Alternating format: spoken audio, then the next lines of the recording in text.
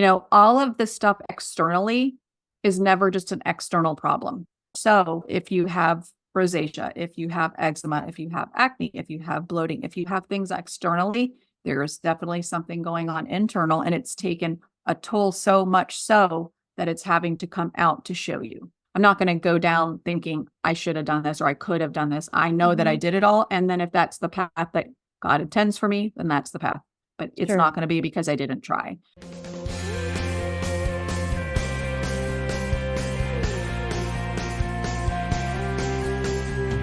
Welcome back to the Sunshine Cafe, where we pour positive back into your day, sharing stories from real people who have made it through some real struggles, but were able to restore their health, hope, and peace.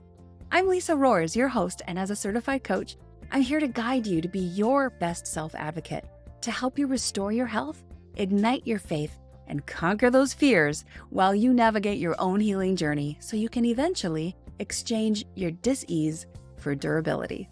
If you're looking for hope and encouragement to live a life you love, then you're in the right place. Let's dive in.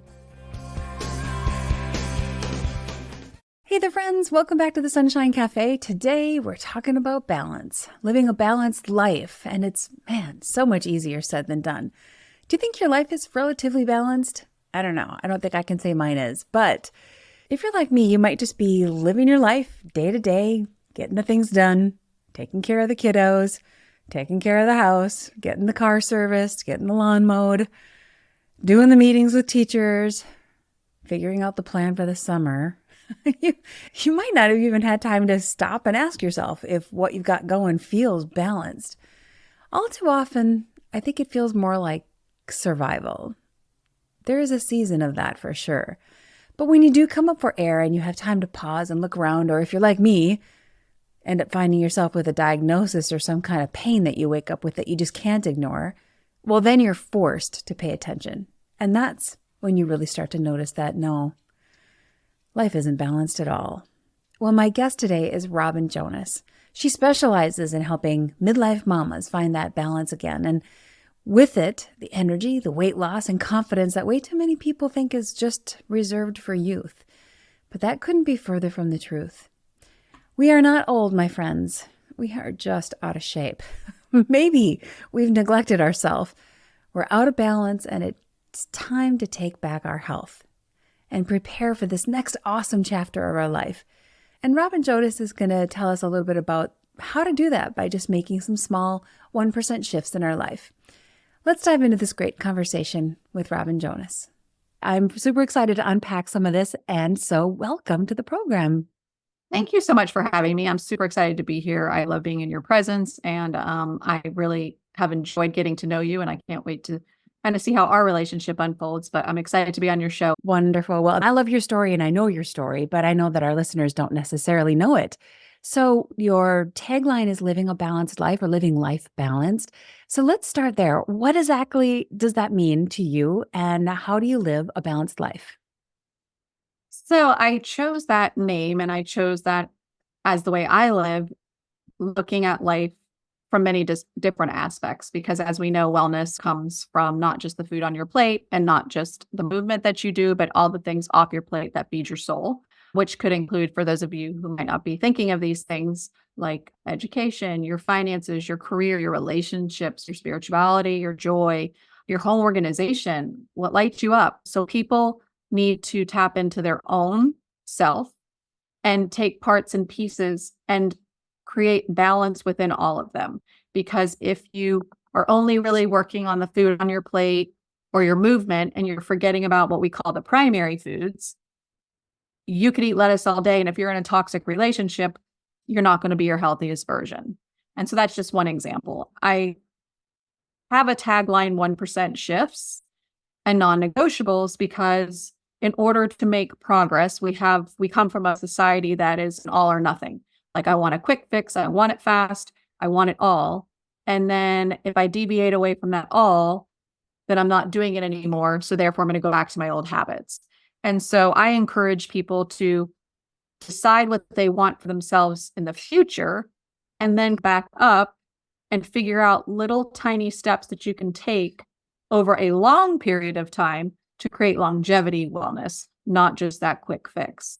And something that I have found out recently, not really recently, but let's kind of come as an aha, is before you can address all of those things, you've got to know what your story is. You've got to know the story that you've been telling yourself about your health, about your wellness, about who you are, in order to really take those steps forward and make them concrete. So a lot of times we have grown up with a story. I'm making this up, but let's say you grew up with a story of, a family where your mom dieted all the time. And so your mind was, if you want to be healthy, you have to live on a diet. And so that story comes along with you. And as you grow into your adulthood, even though you're not really thinking of it in that respect, you've heard it, it's kind of ingrained, it is your belief system. So we have to undo that belief system, reframe it, have a different relationship with the thought.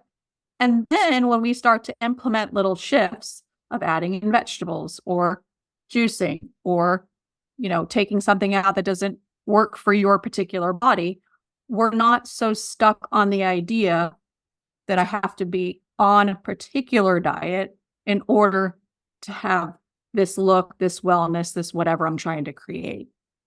That makes sense. I know that was a long-winded, but living a balanced life just really means taking all your parts and pieces that make up your life and trying to balance. There's not one person that's ever going to have a fully balanced anything, because that's life. I say life is lifey because there's always something out of balance. And so wellness is actually a continuous marathon, not a sprint type of thing.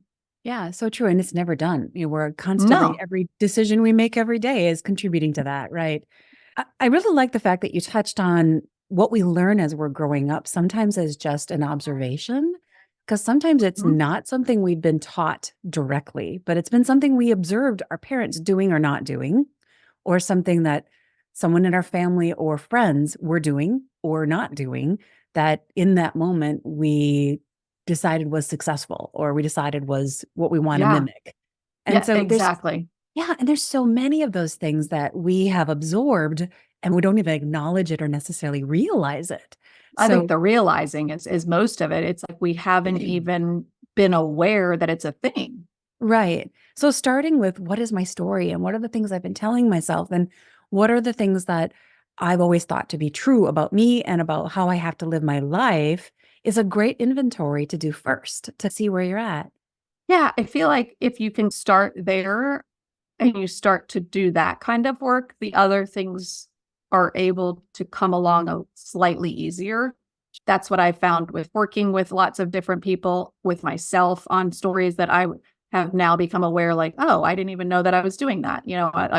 It's just something that we always did. And now I'm like, okay, but I don't have to anymore because now I know. So I'm not going to do that. Now I'm going to reframe.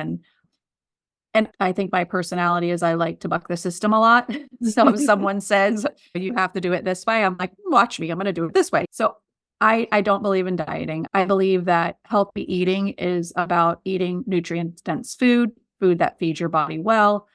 If you want to have a piece of cake here and there, great, have it, enjoy it, move on. There's no sadness. People feel guilty. They feel all the shame. And it's like, no, just eat it. If you're going to eat it, enjoy it at least, it's like, and that's kind of what I've been trying to model for my children also, because I want them to grow up differently than I did. And I don't know what that'll look like for them, but yeah. Well, it's their experience. They're absorbing things that you don't even know they're absorbing. Right? Exactly. And they don't even know they're absorbing it. Exactly. So it's about that first step. What a beautiful thing for everybody listening to take away is that the first step is really to become aware. What are the things that are driving our behaviors? And I'm going to dive into that a little bit more, because I know in your story, there was a pivot point for you where you became aware. And I think it was a nutrition class you took at the gym, which kind of opened up your eyes to a couple of key things. Tell us a little bit about that class and what it was you learned and how it pivoted your path.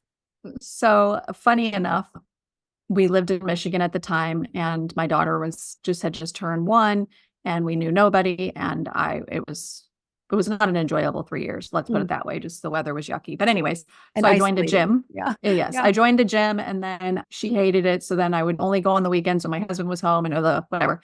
And there was a sign and it said, if you take 2 wellness classes, you get a free spa treatment. I was like, oh, sign me up for that. Like, I'm going to get a spa treatment. I'm going to get to sit in class without my child. I'm going to get all the things. And I remember specifically sitting in that room and the guy had this red shirt on, shorts, and he was just up there educating. And he started to talk about high fructose corn syrup and hydrogenated oils. And that was the first time that I had really ever heard those 2 words and what it actually meant and what it did to your body and all the things. And I was forever changed. I went home. I told my husband, you're not going to believe what I've learned. I know we've messed ourselves up because we're like whatever age, but we have a 1-year-old. Like we have this responsibility. So I'm like, I'm looking in our pantry. And it was hilarious because we had like 5 things left. And I thought we were being healthy. It was like, Oh, so you took out the things that had those items and what you had left was only 5 things? 5, 6. And I was like, well, we need to like figure this out because we're not going to do this to her. You want to eat the rest of that food? I can't even eat that food now that I know. And so the You shift can't started unlearn there. things once you know them. Isn't that true? I cannot. Yeah. Yeah. It's very hard for me to turn a blind eye once I learn something, especially when So it's can you give sex. the audience just a brief, I don't know if you can put it in a nutshell because it's probably a bigger story, but briefly, what is hydrogenated oil? I can't even say that. Hydrogenated. So there's partially Hydrogenated hydrogenated and corn oil. syrup. Tell us a little bit Yeah. about both those 2. So they're chemically made. Hydrogenated means that it's an inflammatory oil, basically, in layman's terms. So that could be something like canola oil, vegetable oil, seed oils. So again, that was my first experience in the whole oil section of ingredient reading. And I just felt like, okay, well, what's the alternatives? Like there has to be some swaps. And back then, I mean, you're talking 20 years ago, there wasn't a whole lot, so I used coconut oil because that's at the time avocado oil really, at least in my world, wasn't a thing. Ghee wasn't really in my world yet. Olive oil was there. So I used olive oil and then I started using coconut oil. So little by little, we just kind of shifted. But I think the biggest aha was how many foods have that in it. And it's made in a lab. I don't know exactly how, but I do know that they're inflammatory, but they also make the shelf life longer. And it always comes back to the dollar, right? It does. Everything that comes into our food is how cheaply can we make it? How long can it last? And who cares what the outcome is for people? Well, there was a spike in the 70s where the government actually started subsidizing corn production. Yes. And what happened with that influenced so much of our farmers and our food makers and in a way, I can't fault them because they were making good business decisions for how can they grow their business.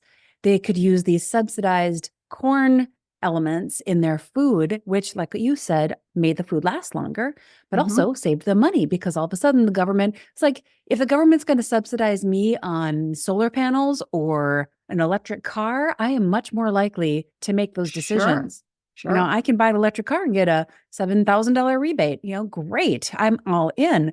So the businesses were doing very much the same kind of thing. They could get these wonderful rebates. And by the way, their product would last a lot longer on the shelf. So they wouldn't have to make as much and they wouldn't have to destroy items that had gone past their expiration date because they could last longer. Right. All of these things, it's kind of all creates a perfect storm. Of course. And, I was just thinking as you were talking through that, you don't know what you know until you know.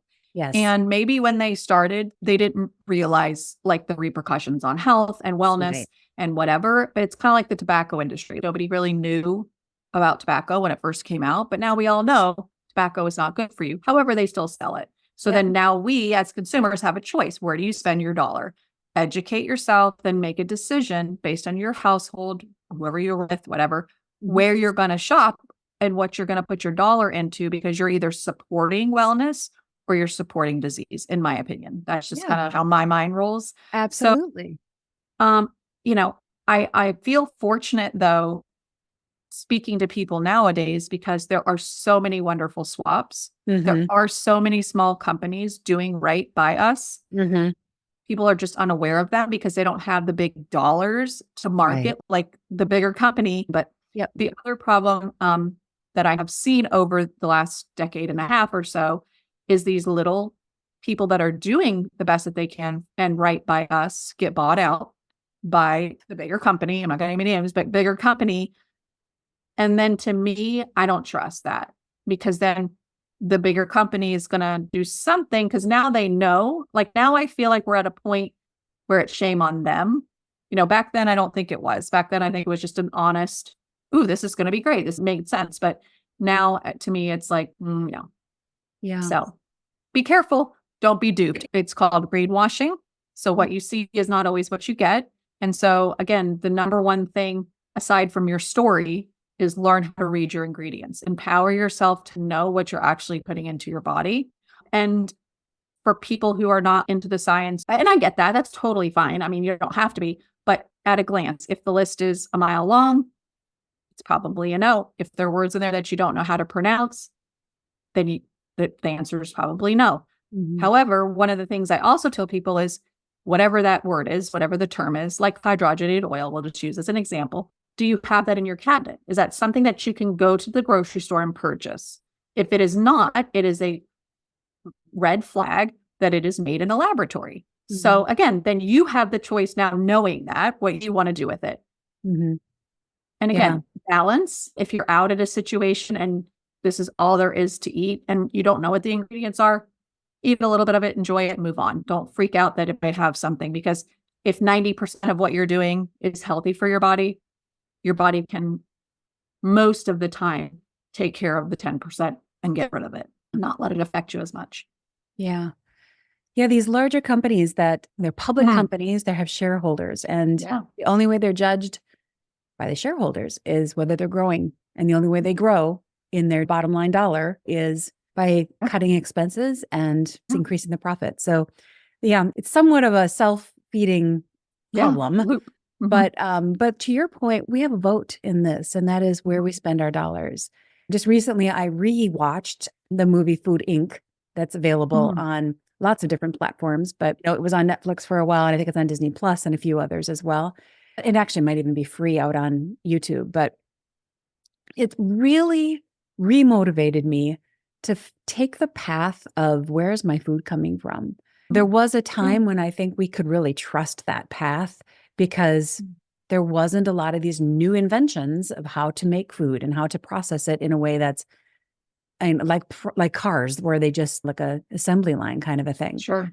But that assembly line kind of processing when it comes to food, animals, and plants is not necessarily good for our bodies. And we're seeing that in the statistics that are coming out of disease centers and healthcare organizations, right? We're seeing the stats now in those studies. So take the time, look at your products, look at your labels, and understand where those things are coming from, because it affects your life. That affects your wellness. That affects whether you're thriving or just limping along until the day when God decides your days are up.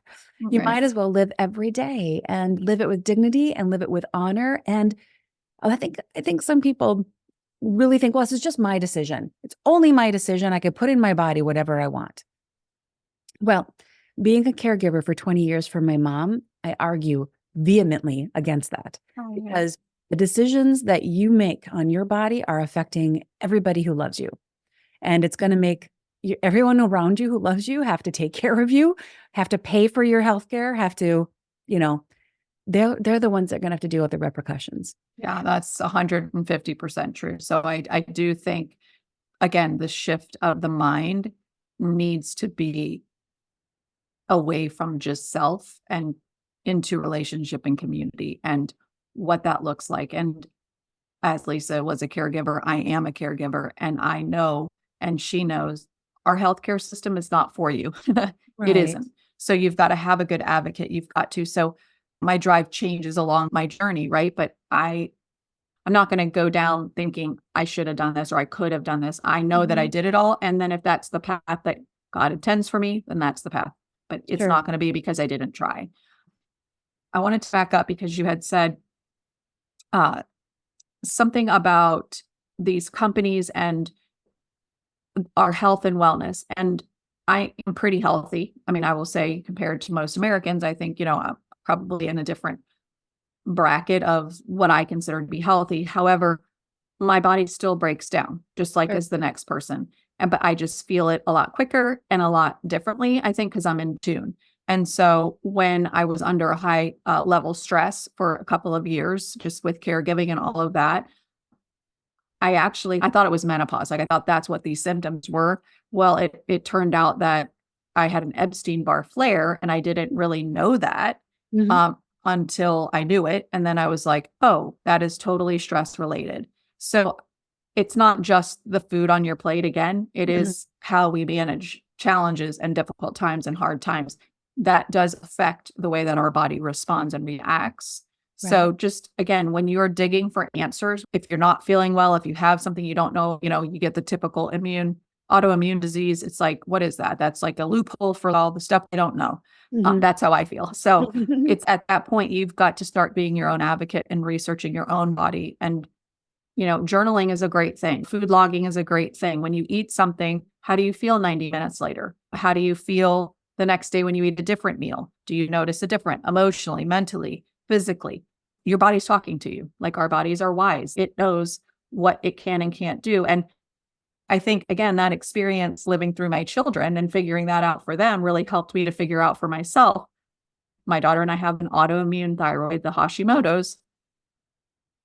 It is very much part of what you do to yourself, how you eat, how you behave, your mindset, all of that. So without my kids going through that and then me understanding that's what I had also, who knows where we'd be today. But just by changing what we were eating and how we were eating, both my daughter and I can keep it at bay. So again, it is genetics, but it's also epigenetics for sure.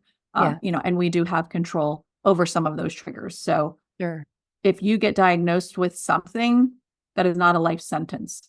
There are always ways around it. And I know, Lisa, you've lived that. I know that was one thing that you and I talked about a lot. And I think it's amazing that I find more and more people that have that capability and understanding. And I love to see people who can help themselves. So that's why I do what I do, because if I can teach one person one thing that Hmm. changes a small pivot in their, wellness journey, then I feel like I'm doing what I'm here to do, and that's to serve people. Yeah.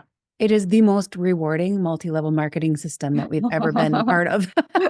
Because you tell one person, I tell one person, then they tell a couple people, and all of a sudden we have a Ripple effect. What Dr. Terry Wells calls as an epidemic of health, where Yeah. we're actually aware and we are taking control of our health and we are taking our health back instead of Mhm. becoming just stuck in the system. We're Yes. making choices that are changing how we live and how we feel, so we feel better. So Mhm. it starts with the awareness. It Yeah. does start with the awareness. And one last thing I would love to say is if you're somebody that is setting a goal, which I love goals, I think it's good to have a plan. It's good to have a plan of attack. Not that it always ever goes the way you think it's going to go, but it's always good to have a motivator. But what I challenge everybody and invite everybody to do is to think about, if you were to accomplish whatever that goal is that you're setting out, what are you going to feel like? What is the end result for you? Is it a mental feeling? Is it a physical look? Is it a feel better? What actually are you trying to accomplish in the end? Hmm. But then I want you to flip it and I want you to back up and take that feeling that you want to achieve and do things every day to achieve that feeling. Hmm. Because why are you going to wait?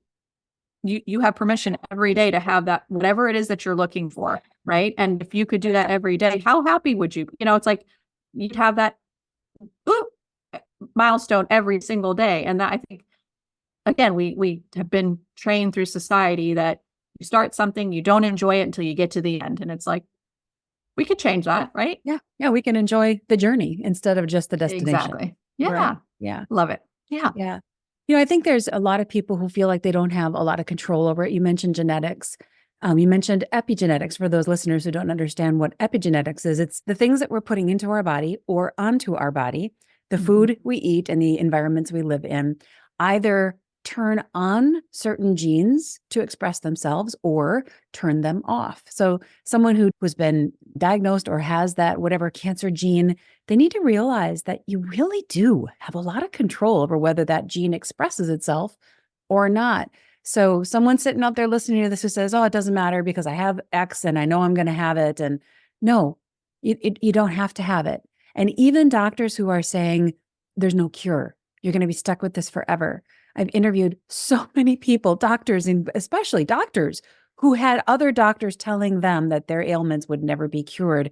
And they have reversed it and cured themselves of the ailment. So there is so much hope. I just want listeners to hear that there is hope. So let's go back to the pantry. You cleaned out the pantry. You had the hydrogenated oil and the high fructose corn syrup that you had removed. So where did that leave you then? You had a little baby, 1-year-old. You were living in Michigan, all kind of isolated on your own. Where did it go from there? So I fell upon an amazing mommies group that helped me keep my sanity for the 3 years we were there, and still friends with them.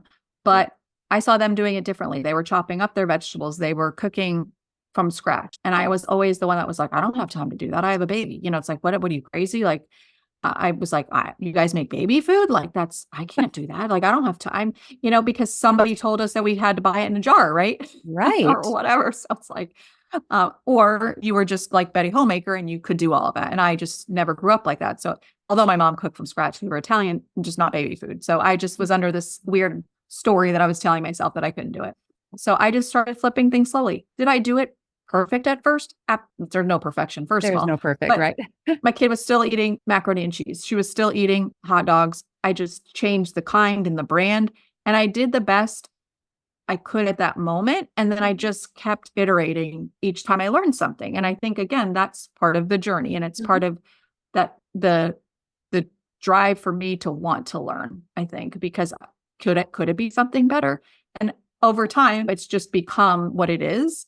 And so do we eat mac and cheese? Yeah, we just make it at home, and we use a particular kind of cheese, like Kerrygold cheese, because it's grass-fed cows, and that works better for our systems because we're not really dairy people, but for some reason that works okay. And then we just use a chickpea pasta or something that's just doesn't have gluten, because gluten exasperates a lot of our Hashimoto symptoms. So 2 things we've learned along the journey: I'm not gluten-free for the fad of gluten-free. I'm gluten-free because I feel better personally, and my daughter looks and feels better also. So when I say looks, she's not bloated anymore. She doesn't have the acne. Like, all of that cleared up once we figured out better triggers for those 2 things. Because triggers for everybody is different also, because everyone's bio-individual. So we were just left to start, making small changes as we went. And sure, I tried Whole30, I tried Mediterranean, I tried different things, as I was never somebody that was like, I'm going to give up an entire food group, because I just felt like God created a farm and created land with stuff. So if it's made properly, most of us, unless you're allergic to it, should be able to. And so again, we just started tweaking things.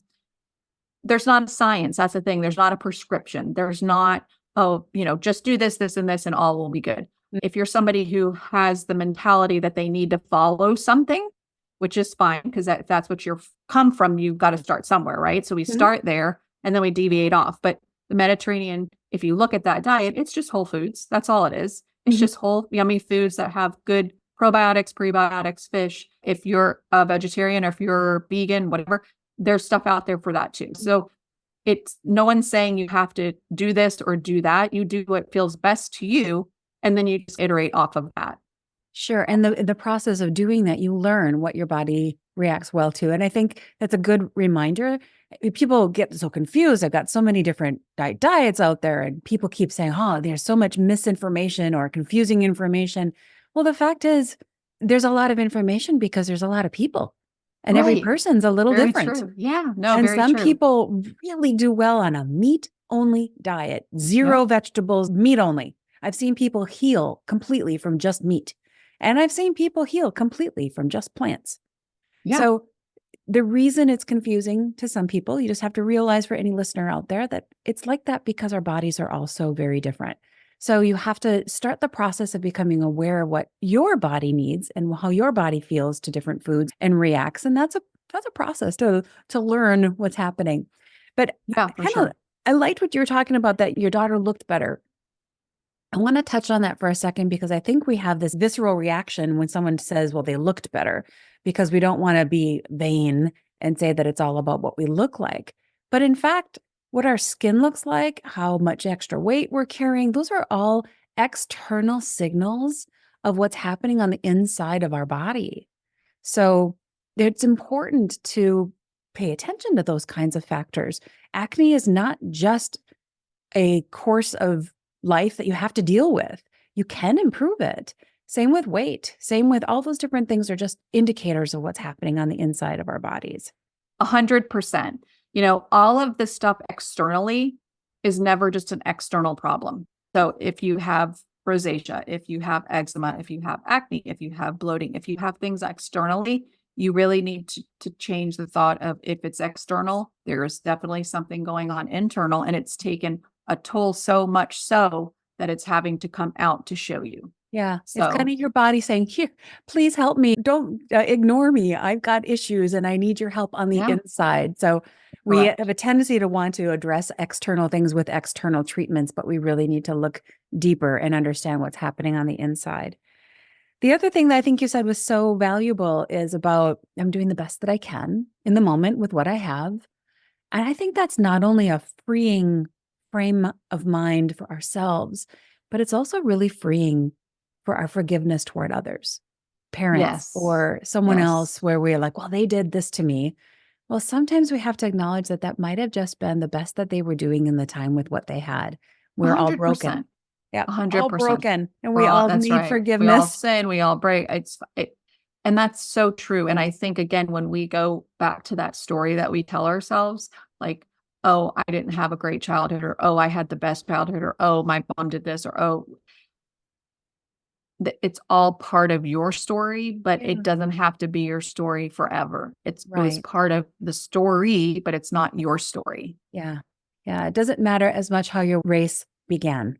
It That's matters how right. your race finishes. And I want to That's finish right. well. So That's right. That's right. That's right. I it's love it. wonderful. The other thing I wanted to just bring up is when you are bringing up children and yourself, because this really goes for anybody, it's like when you do figure out what works for you, there's potentially always going to be what I call a dip where you slide backwards, where you forget, where you feel so good. You're like, oh, this will be fine. And again, there's no shame around that. There's no guilt around that. Give yourself grace. The thing I want to say about the dip, though, the cool thing is because you've learned so much when you have that dip, you're able to get back up faster. Just because you have a dip doesn't mean you're off it forever, right? It doesn't mean you're off your game.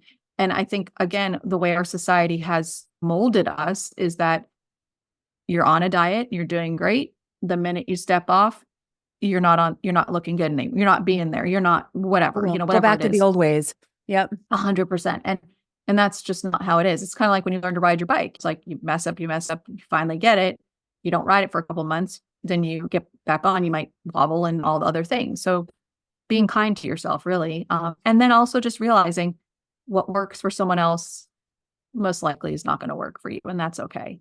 So I think it's a fun journey. I think it can be exciting. I think it can be very adventurous Mhm. because it's an unknown, right? So you're just sort of dabbling and investigating and experimenting. I always call it experimenting because it's like, yeah, try it, see how you feel.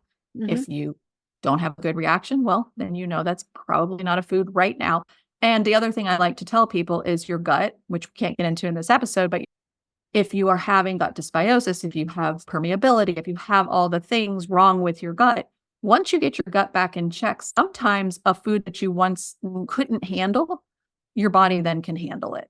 So if something isn't right for you, don't think of it again as that death sentence. I'm never going to be able to have X, Y, and Z again. And a personal story with that, my other daughter was allergic to dairy. We didn't know it. She had a bunch of stuff. And so when she had to get off, I was like, well, I'm not going to make her do it alone, right? But it hadn't bothered me my whole life. So I was like, So you thought, that must yep. be fine. So I thought. So for 1 year, I did it with her. We just found a bunch of different, that's where kind of the new journey of like swaps and stuff came in. And I don't know, it was probably like a year later. I was like, I'm just gonna have ice cream. I don't know what we were out somewhere. Oh, my body was like, oh no, that was not good. That was not a good idea. Now it's been 10, 15 years. If I have ice cream, which I don't really, but if I do, I definitely don't have the same exact reaction. If I was to eat it a lot, I probably would resurface some of those things. So again, I think recognizing when you're healed sometimes you can reintroduce some things and still find that they're okay. Sure. And sometimes not. So That's an important thing for people to pay attention to, because as you start to heal, I've seen people remove allergies, foods mhm, that they could never have. But once their gut biosis is mhm. healed and they're feeling stronger again, they can slowly reintroduce those things and actually have good success with enjoying nuts again, or enjoying, dairy again in a way they Strawberries wouldn't. or yeah, Right, exactly. 100%. So Now, all that to say, check with your healthcare practitioner. Make sure that absolutely, I was you just going to say that. Yep. talk with them and understand the approach that you're taking. And do it really slowly. I think we mentioned earlier about how we have just this almost like a societal norm that we do something and something changes quickly. Mhm. And We we want get it it, now. it's, It's like yeah, instant gratification. yeah, I want to order up that diet and I want to have the body that I want in 2 days, prime delivery, please. Yes. That's right. But that doesn't Sometimes, happen. no, it doesn't happen. And if it does, it's from what I've seen, maybe for some it does, but for the majority, it doesn't stick because it It just doesn't can't stay. because you haven't changed. You've just Right. changed temporarily. So I think getting your mindset straight is so important Yeah. before trying to do the change. But I know we've talked about a ton of stuff today. And for somebody, let's just say this is their first listen, they're probably like, what in the world? This is so overwhelming. There's so many parts and pieces and all of the things. And Yeah. so having a coach, right? Having somebody to help you kind of walk those steps, if that's the desire that you have.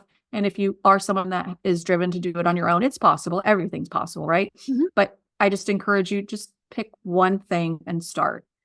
Don't worry about all the things because Right. nobody can do all the things overnight. So whatever area you feel most driven to want to work on. And one of the things that I do with clients, which we could drop in the show notes, is a circle of life.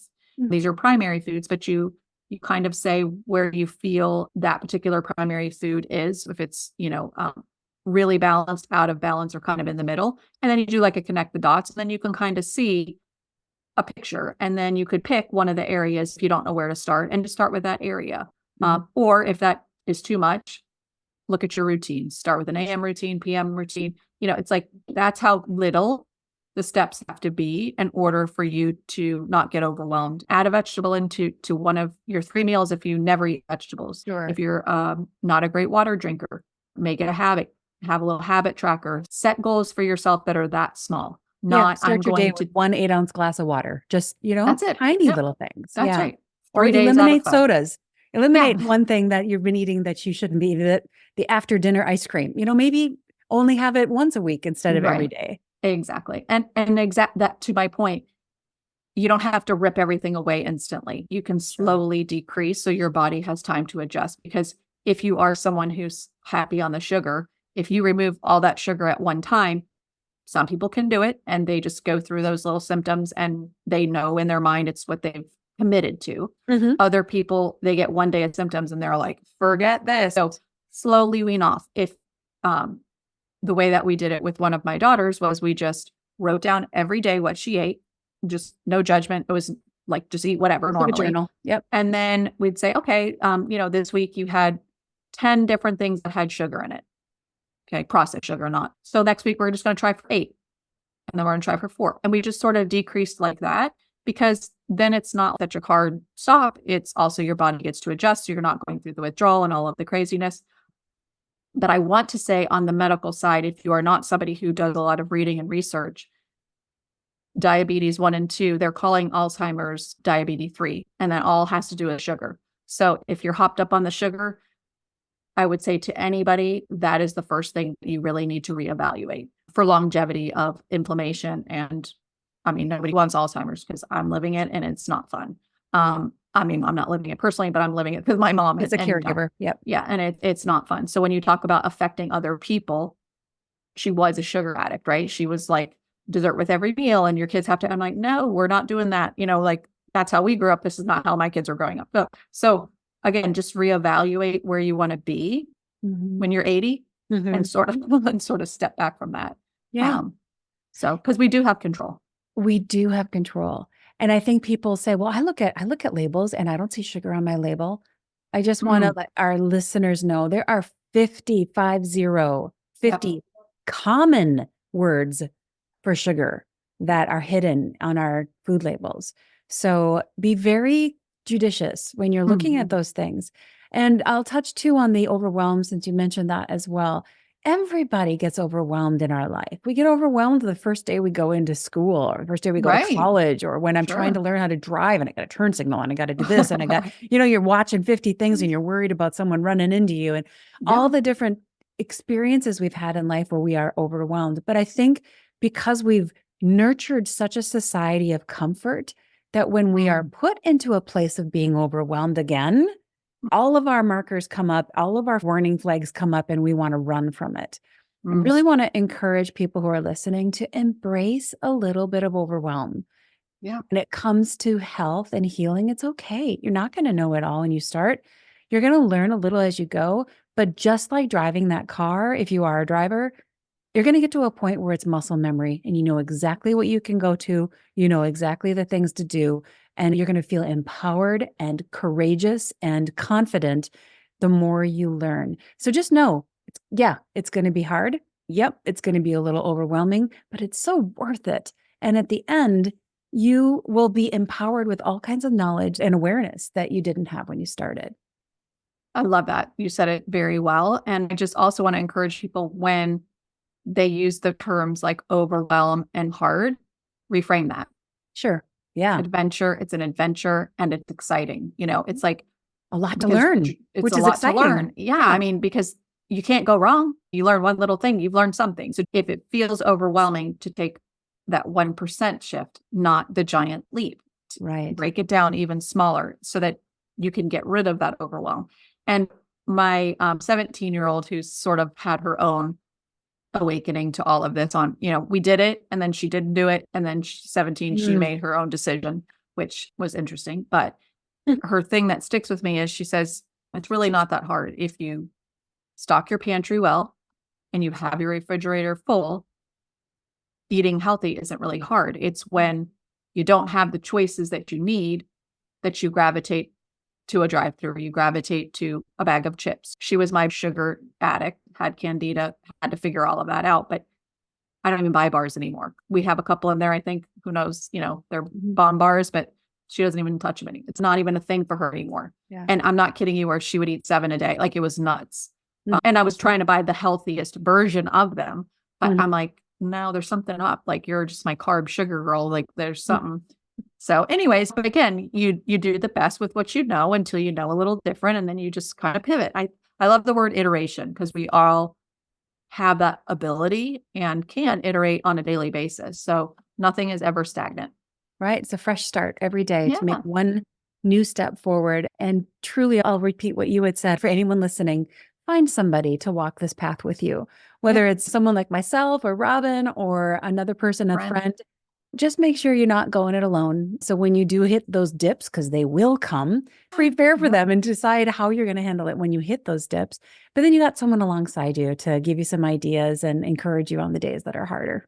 Yeah. And it's fun. And if you have someone in your home, I think that even is so much more helpful because then it's a learning curve for the whole home. And then everybody kind of gets on board, whether it's just a significant other, whether you have children, whatever it might be. But I think having your little tribe really helps because I do remember, and I still hear it a little bit when I'm out and about. It's like, oh, you eat that way. Oh, you won't eat that. She would never eat that. And I'm like, I could eat that. But then I think to myself, I'm going to be bloated after. I'm not going to feel good. You have to use your voice and people can say whatever. And that's okay because that's their journey. This is your journey. But it's not that you can't. So I always tell my kids, it's not, you can. You have the opportunity, the choice. It's just what you choose. And why do you choose that? Because we don't like to feel not good, So, but again, I think just empowering yourself with the words, with the steps, if you hit the dip, the confidence to just get back up and just keep on going, balance it out. You've got to have balance in all areas. So that way the dips are just waving. They're not just dip, dip, dip, dip, dip. You're kind of, when you got one dip, you got one high, and it's like, and the dips don't completely derail you. So you end up going right back to bad habits. Yeah. Yeah. Yep. Very, very true. So I love making those changes in a family that makes it more of an adventure, like you had said, and more of an enjoyable journey. Yeah. And I think, again, this is just my upbringing. My mom was Italian. My dad was Jewish. Every family event, was food. I mean, it was like when you're eating breakfast, what are you going to have for lunch? When you're eating lunch, it's like, what are we having tomorrow for breakfast? It was constant and not a lot of movement. And so with my kids, I'm like, let's change some of that. Let's have more adventures. Not saying we're not going to talk about food. We're not going to eat food, but let's not base our whole life around that. Like if we're going to go eat at our favorite place, let's take a walk before, or just incorporating different things into your chapters of your own life. Because once we grow out of our family's life, we create our own. Yeah. Yeah. It's redefining what fun is. The fun isn't just sitting there eating. The fun isn't just the food. The food should be part of the fun, but not the full focus, the focal point of the fun. And then another thing, when you are having those meals with your family or with your loved one's relationship, you're out to dinner with a bunch of people, be more intentional, right? Be more intentional with your relationships, with thanking like the food that's on your plate, not just wolfing it down because you're going on to the next thing. So make your meals more intentional when you are out to eat, when you are at your kitchen table. Have the conversation, thank those farmers, thank the people, smell your food. That actually starts the whole digestion process. So many little tiny nuances that you can do that don't take any money, really any time. And it just takes a little bit of a shift of a mindset. So we could keep talking for hours, but yeah. Oh my goodness. Yes. And we should. All right. Our listeners don't have anywhere to go, right? We're just going to stay on the podcast all day long. No, I think I know that you have so many different areas that you've dove into in your podcast. So many different areas, including the gut. You mentioned the gut, so many mindset tools for shifting a mindset that you have established. There are just so many good things that our listeners can really learn from. You. So we're going to have to absolutely have you back. But in the meantime, how can our listeners find you? Well, my handle is Live Life Balanced with Robin. That's on my social media. And if you want to email, it's Robin at Live Life Balanced with Robin. My podcast is Live Life Balanced with Robin. I have one-on-one coaching services. I'm actually getting ready to launch a Raw and Real Empty Nest Mamas membership group. And the reason I'm doing that is a lot of women in this mid-range age are having this new chapter come up of empty nesting, and they have a lot of newfound time and a lot of emotions and things around it. And so what better time to be in community and address some of your health and wellness and really make this next chapter the best instead of it being such a sad time, because it's a pivot in your own chapter and your child's chapter and your mothering chapter. And there's a lot going on. And then you're going through midlife. It's all the things. It's time to focus on your own health. And just learning to balance everything out, right? Because that's going to make that next chapter a little bit easier. Not to say that there's not emotions around it, but so that's what's coming up. And then my course is called It's Your Time, because what better time than present to work on yourself? And that will be full of just different weeks of different themes and takeaways and things that you can start implementing right away to try to help with your journey going in a different direction, if that's what you choose. Wonderful. Those sounds like great programs and things that I think I'm going to have to also sign up for. So, well, Robin, I so appreciate your time and your energy and just all the things that you brought to the table with the wisdom that you gained in your journey. And now you're sharing it with other people. And that's the way to just keep that epidemic of good health going. So I love that. Yes, love it. I love it. Yes. Yeah. Thank you so much for having me. This was delightful. And to all the listeners out there, just remember, just take that first step and then it will kind of snowball from there. That's a great reminder. Thank you so much for being on. Have a good day. Okay. Wow. I tell you, there are some people that you meet in life that just really impact you. And Robin is one of those for me. I've got 10 takeaways for you from this awesome conversation. Number 1, don't regret not trying. As Robin says with such a fierce and inspiring tone, she says, I'm not going to go down thinking I should have done this or I could have done that. I want to know that I gave it my all. And then if whatever happens is the path that God has for me, then that's the path. But it's not going to be because I didn't try. Number 2, wellness is about balance. Wellness comes not just from the food on your plate and the movement that you do, but all the things that feeds your soul, getting your education, having financial freedom, having a satisfying career that you really enjoy, the strength of your relationships, your spirituality or your faith, the joy that you have, the home organization, whatever it is that lights you up. You have to look at the entire machine to ensure the body, mind, and soul are all working well together, because If you're in a toxic relationship that's causing you and your body major stress, then you're not going to be your healthiest version, no matter how much lettuce you eat. Number 3, become aware of your own story. Do you know what your own story is? I can't say I necessarily knew what mine was before this conversation with Robin. Do you know what limiting beliefs or stories that you've been telling yourself? What self-imposed limitations have you been living in? Quick story I want to tell you guys all about this. You probably have heard it before, but there's a story about a prisoner who agonized about being trapped in his prison cell year after year after year, month after month, never being able to be free, never being able to go outside, never being able to enjoy his life because he was rotting away in this prison. Then one day, he was longingly staring through the bars of his prison cell, and he accidentally leaned against the door, and it opened. He could have left. Anytime he could have left, had he known that that door was never locked. So what stories do you have like that are keeping you locked up, which you could walk through that door if you just tried? Why not change your stories? Doesn't matter how you started the race. Remember, it's how you finish that matters. So push out those old stories and move into the life that's waiting for you. Number 4, avoid hydrogenated oils and high fructose corn syrup. See, I learned even how to say it.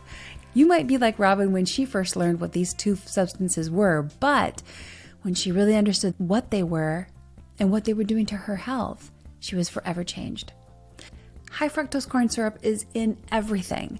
And I don't know about your family, but our family searches high and low, and you can hardly find any food out there that is a pre-made item in a store or a package that doesn't have hydrogenated oils or seed oils, which are also called vegetable oils, which is really sneaky. Don't let the name fool you. Vegetable oil does not mean you're getting another serving of vegetables into your diet. They are not good alternatives for vegans. They are bad for you, period. Number 5, knowledge is power. You don't know what you know until you know.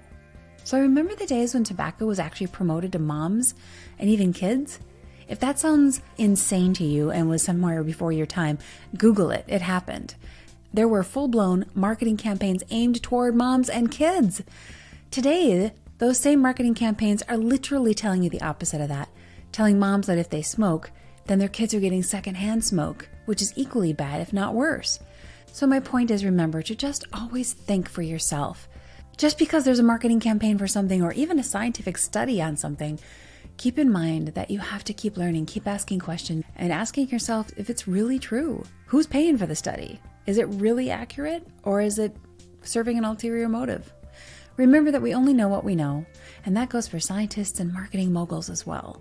So where you choose to spend your dollar and what you spend your dollar on is your vote to either support wellness or to support disease. Number 6, kind of along the same lines as number 5, be careful. Don't be duped by the intentional attempts to brainwash you.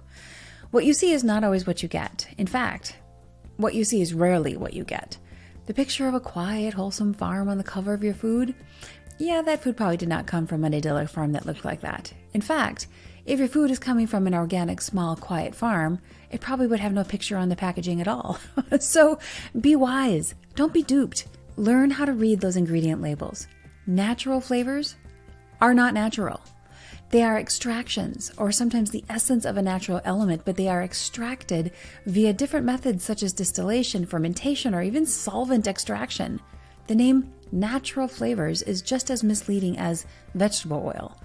So empower yourself to really know what you're actually putting into your body and put your dupe filter on to start asking yourself if you're really getting the whole truth or if what you're reading is a marketing line.